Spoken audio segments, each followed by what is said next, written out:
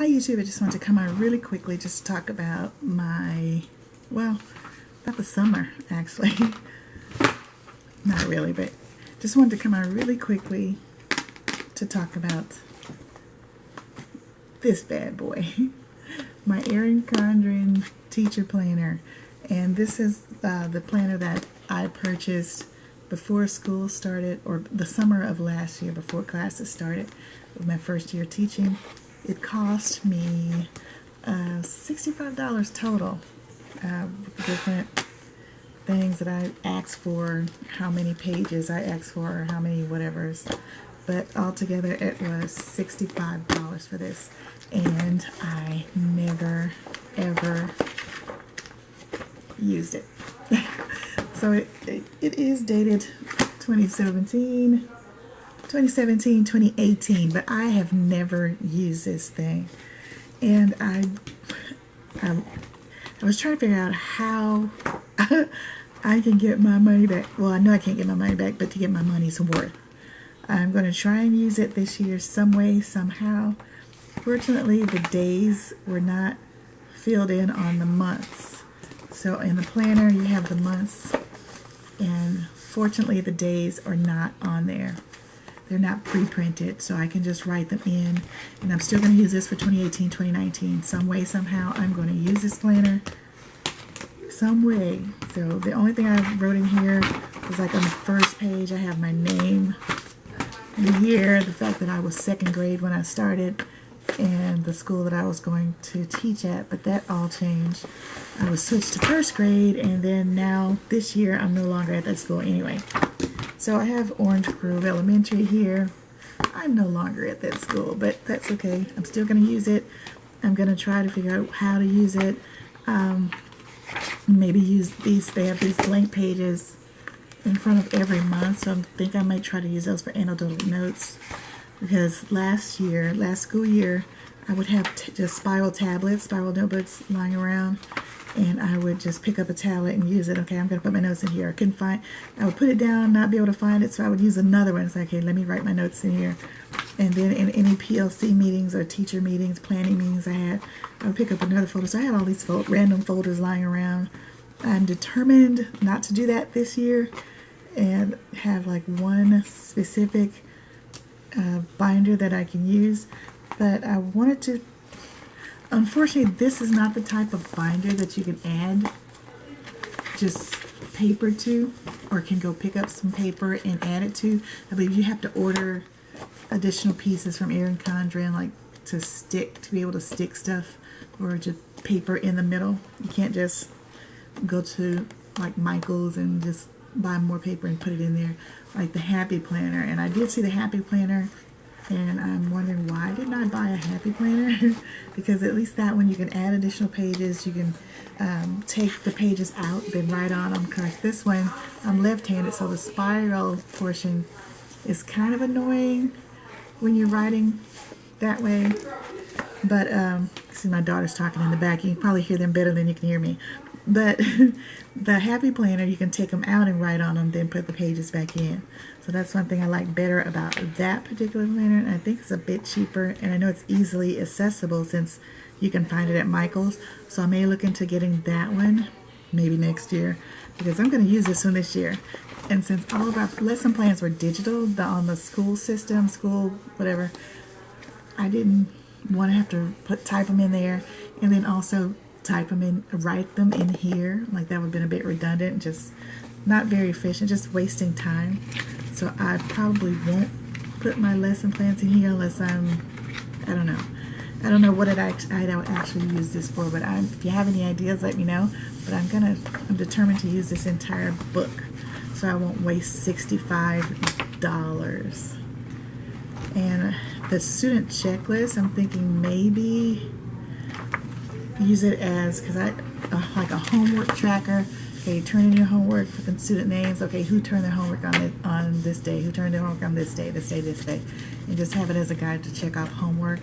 The absentee log, since I'm third grade ELA now, the absentee log that's in here, I don't know, sometimes students are out so many days, but I'm hoping to be able to use that actually, because on some of our data data, I think it's a hot list or one of those lists that we have to turn in periodically or discuss periodically. They ask how many times do you have any students that have been absent over 5 times? Do you have any students that have been absent over so many times? Or how many students has this, how many days, how many days have they been absent?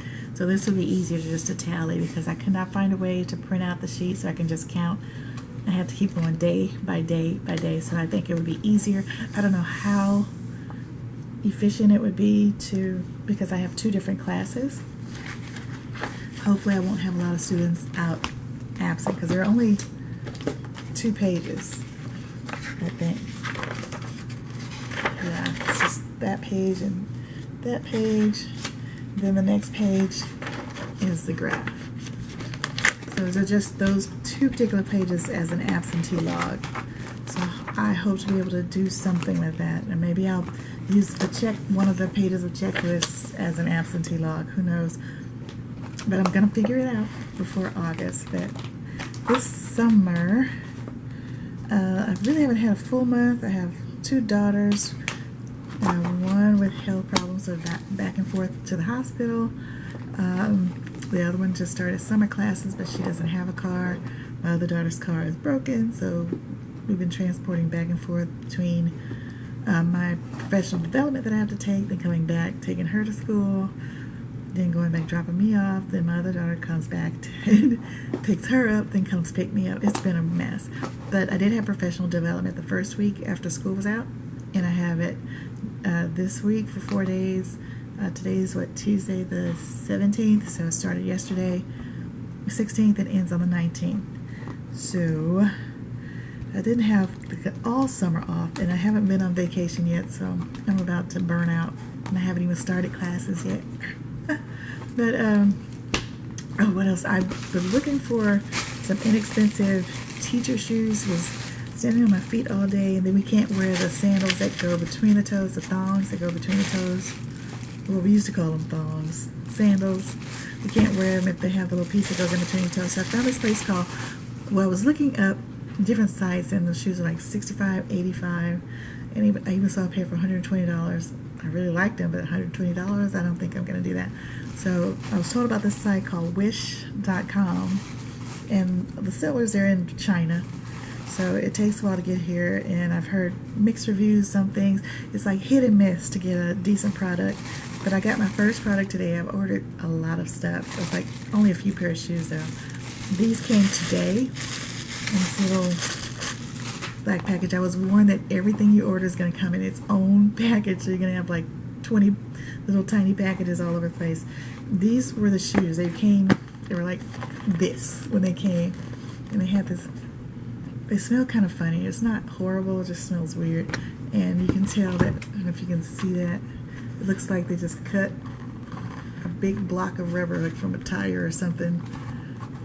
And this is not the, the nicest fabric, or I'm not sure what this is, if this is some kind of foam rubber. I don't know what this is.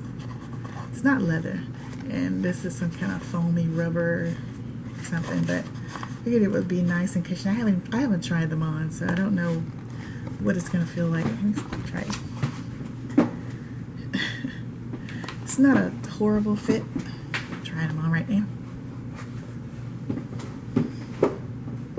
I mean, my left foot, like, it's nice and snug and comfortable, but my right foot, the fit of the fabric, it seems loose, a lot looser than left. It's not as comfortable. It seems like it's gonna like flop around a little bit, not excessively so, but just a little bit. But you can see the quality right there is not great. But I only paid $10.80 for the shoe with $5 shipping for this one. I thought I paid less than that, but $10.80. And that's one thing about this particular site. They will advertise, I don't know if you can see that, they will advertise one price, and you think, okay, I'll get that. Like, okay, this, I think this is like a lunch kit here. They advertise like $5. It says $5 there. Let's click on that. It says $5 when you open it up. Now this says $4.50 for that same product. For that same product, it says $4.50. Now, when you click on it to buy it, you can either get, it says 1 or 2, if you can see that. So I'm just going to click, well, it says 1. And now it says back to, oh, I pushed it, sorry. Click on 1. So now it says back to $5. Yeah, $5. But it says if someone buys it in the next 48 hours with you, then you'll get that 50 cents off. But someone has to actually buy it with you. So now that I have it in my cart, and I have some other things in my cart, the picture shows like 4 at a time. So you think you're getting all 4 of those connected together. It's just the one for $5. And then it says shipping. When they added shipping is also $5. So you'll actually pay $10 for that item. So you have to watch the pricing. Sometimes they'll show a different price up the front. You think you're getting it for that price. You click it, it's a completely different price, and then plus shipping. So it's still cheap. It's still not very expensive, but that's wish.com. And I think that's all I have right now. I just wanted to give you all an update, and I will talk to you later.